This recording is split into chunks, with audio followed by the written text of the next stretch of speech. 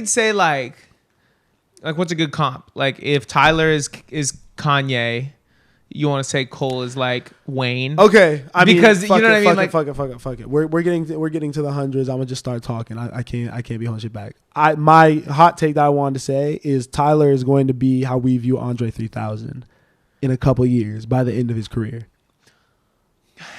You know how like you could say Andre 3000 is the best rapper of all time. Yeah. And like people are gonna be like weird pick, but okay. Yeah. I think you'll be able to get that off with Tyler. Especially when you talk about our generation, even competing with the Drakes, Kendricks, and Coles. By the end of it, when it's all said and done, I think you'll be able to mention his name with those type of people. He'll be a top 10 rapper ever, if I'm really talking. I think Tyler, the Creator, has the potential to be a top 10 rapper ever.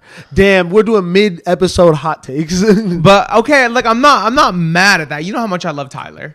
I should have kept that in the tuck. You better fucking post this on social media. Top 10? Top 10 ever? I think he'd be by top the time 10 he ever. retires. Yes. It's just like it's the whole. Are we talking just rap artists? Rapper ever. Top 10 rapper ever. Is Kanye? Yes. You know, because I get mixed up in this. I think Kanye's in there. Okay, yeah, Tyler could definitely be in there. He's just such a creative. You know what I mean? If you pull everything into it, if you add Igor, if you add the Louis V stuff, you know what I mean? Yeah, like he's one of the elite creatives of our generation. But to me, it's like a different conversation. Because to me, I want to put Tyler in conversation with Kanye, with Donald Glover. You know what I mean? Yeah. Like with Frank, like in that world, more so than trying to compare him to J. Cole. Because to me, that it's hard to do so. The only reason you can is because I think when we talk about greatest artists of our generation overall, you have to mention those three. Yeah. So like, but I feel what you're saying. I think Tyler does have potential to not only be a top 10 rapper of our generation, but like artist. Yeah, I definitely think so. I think when you say artist, I think you can only say of our generation. I think that when I say top 10 rapper of all time, like all of them ever. Got it. Yeah, there's just benchmarks for top 10 that I would need to like really think about. Because like how many I think the most important benchmark. I factually think the most important benchmark for the greatest rapper of all time argument should be what was your influence? And I think Tyler's influence in rap is crazy. And the way that he shifted it, like kind of how Kanye made it so you don't have to be a gangster rapper. Mm-hmm. Tyler made it so you could be not only not a gangster rapper, you could be the weird kid. Like a weird, awkward, goofy kid with enough personality. And like, cause you could have swag. You could be weird and awkward and have swag with it for sure. Cause Tyler's like, I'm gonna still be fly. Yeah, you know what I mean? And like, I want y'all, like people wanted to dress like Tyler, you know? I think that he was so influential that you have to account for that. And I don't know how many other people have done that throughout history in music and fashion.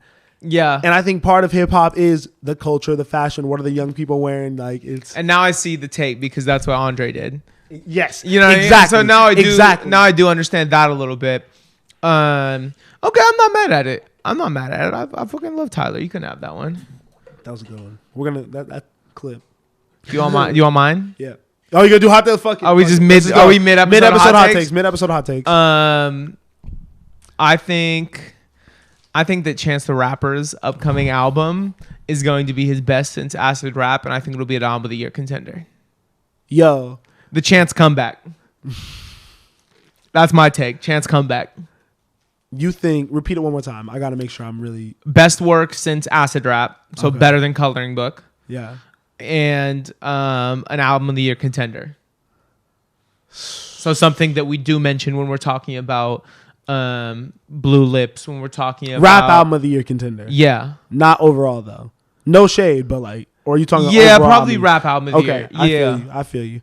I'm not mad at that. If you get off posting Chance the Rapper in your top 10 albums at the end of year list, I'll be impressed. Okay. That'd be fire. I could see that happening though.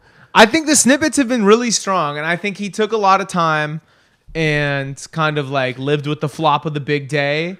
You know what I mean? And I think he's ready to come back. Are we old heads? Why? Because we want Chance? We just love, like, doesn't this get you way more excited when these dudes are active and talking about this generation of dudes rather than like the younger stuff? Yeah. Not to say the youngest fire. You know what I mean? But there is, I feel a different type of, what I'm trying to say is I feel a different type of connection with our generation of rappers that were doing crazy stuff when we were kids. And now, while I love the Yeats of the world, even Cardi to an extent. You know what I mean? Like, I think is Cardi our generation? I think so.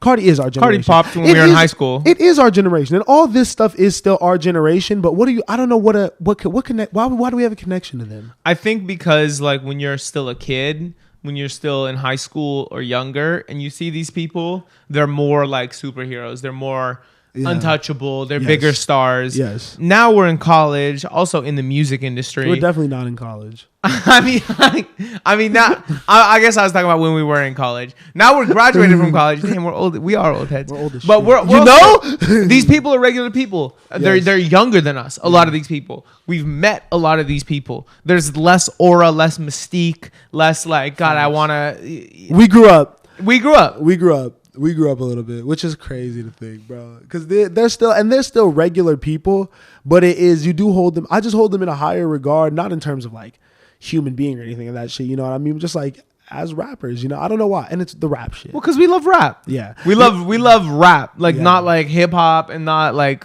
everything, but we love like rapping and rap. And factually, you know what it is? I think we're watching all time greats. Yeah. I think all three of them, regardless of how you feel, regardless of which one is your favorite, all three of them got to be top 20 all time. Yeah, for sure. On anybody's list. It's stupid. Okay. Hot take that I'll get us up out of here with. Keep That Same Energy by Teyana Taylor is a top 5 R&B album of the 2010s. Top 5 R&B album of the 2010s. Only 7 songs on it. 8. My bad. You forgot about Work This Pussy, huh? I did forget about Work This Pussy. Okay, top 5 of the 2010s. So we're talking Control. Yeah. You're going to have to help me out here.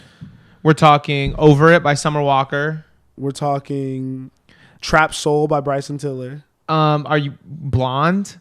Nah, that's not R&B. Okay. We're talking The Weeknd. Is that pop? That's pop. Are you going to say After Hours or Trilogy?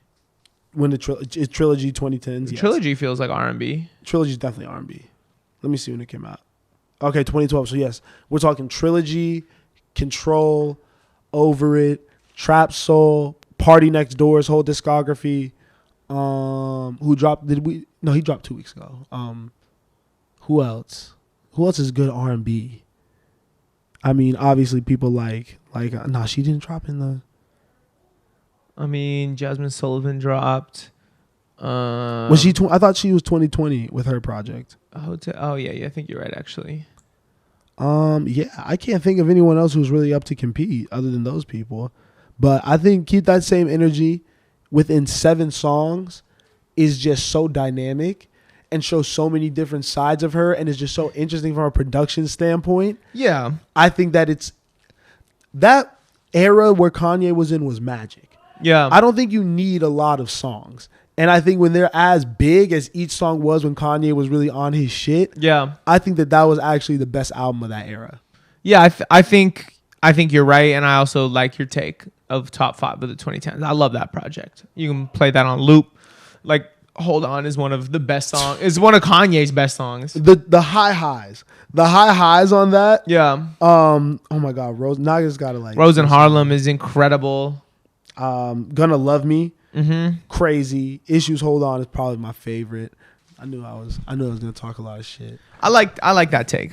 I think it's a good take. Do you have any last minute hot takes? Let me just look around for inspiration.